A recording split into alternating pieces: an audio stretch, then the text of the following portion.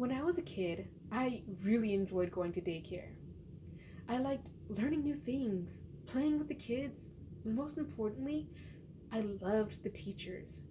And it wasn't until I started working in the childcare industry myself that I really grew to appreciate what goes into running, maintaining, and organizing a childcare program.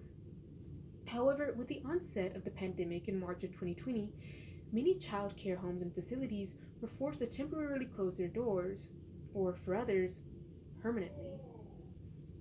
And between December of 2019 and March of 2021, almost 16,000 childcare homes or licensed childcare programs were forced to close due to the pandemic, according to a new report from Childcare Aware of America.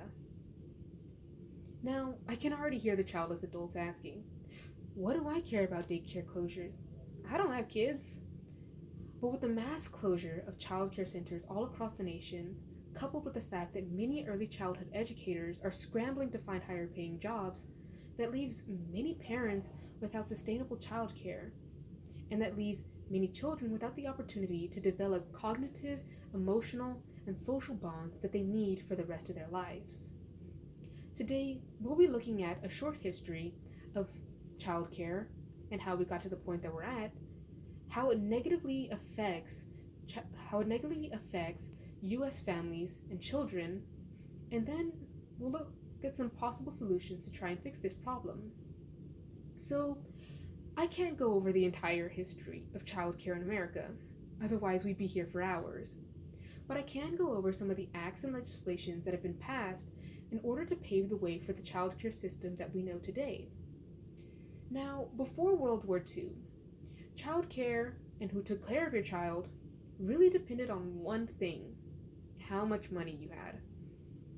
For families that could afford for mom to stay home and watch the kids, that's exactly what they did.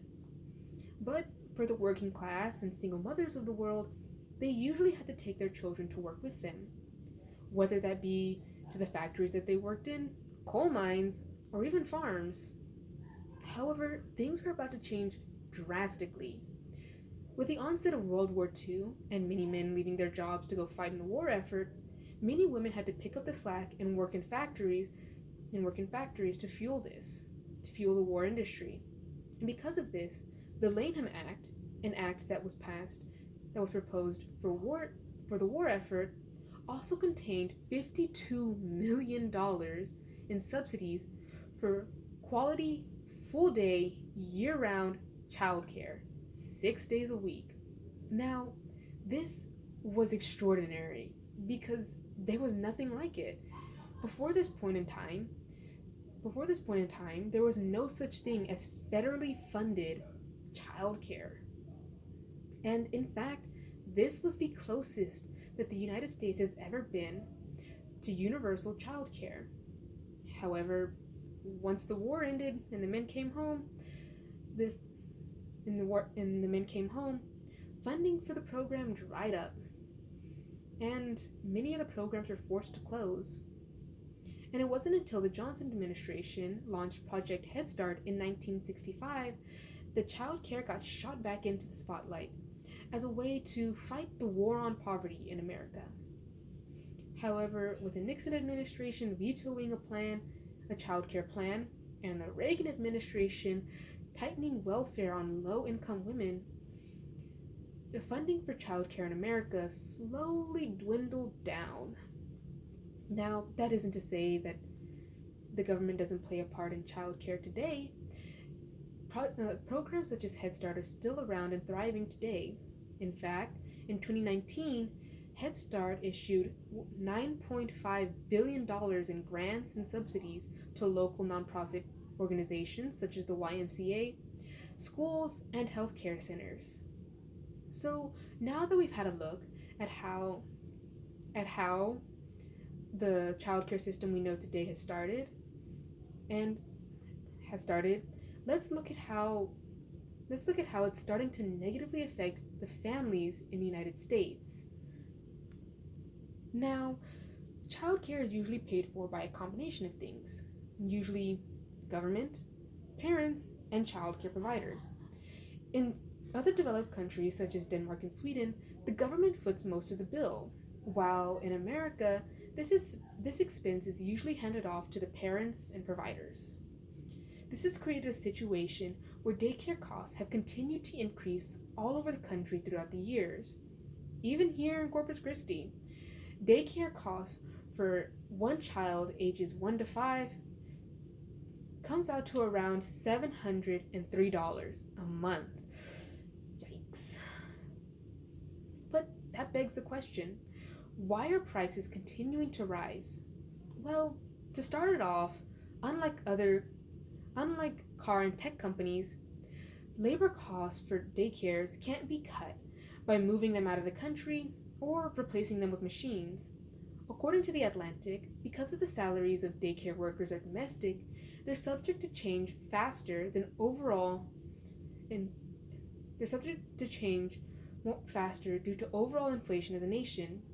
This is usually made worse by the extremely high cost to train new employees, as well as how hard it is to retain trained and experienced educators.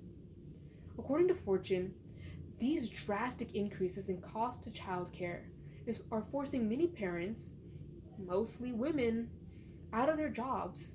The direct effects of the ongoing lack of childcare, which include parents being forced to quit their jobs, rearrange or shorten schedules, change their contracts, or scale back their careers, amount to about $9.5 billion in lost earnings. And while this financial crisis is concerning for parents, children are also taking the brunt of this as well. The early years of a child's life are some of the most crucial and important for developing cognitive functions, social and emotional skills, as well as teaching them how to use these skills properly in their lives. With the lack of quality facilities and experienced and educated childcare educators, children have a much harder time creating these bonds and maintaining them throughout their life. So now that we've had a look at the history and how we got to this point, how it negatively affects families in the US, let's look at some possible solutions. So one really, really big thing that would help the situation at hand is more government funding. Having the government lend a hand to help the childcare system in America would drastically boost and help substantially maintain the quality care of the United States childcare system. With Biden's Build Back Better plan already having some effect, already proposing some changes that could happen, such as more subsidies and grants to parents and childcare providers, as well as universal childcare for children under the ages of 3. Now, this is only a stepping stone, and the road to better childcare in America is going to be a rocky one. However, the one thing that many people can also do is vote for people who actually care about childcare, since that's really the only way we're going to affect change, through legislation and acts. Today we've talked about a short history of childcare and how we got to the point that it's at right now, as well as how it negatively affects families in the US, parents, children, everyone involved, as well as some possible solutions that can help build a better system. And I can only hope that with these changes that could be implemented, that we can build a better system for our families, our educators, and our children.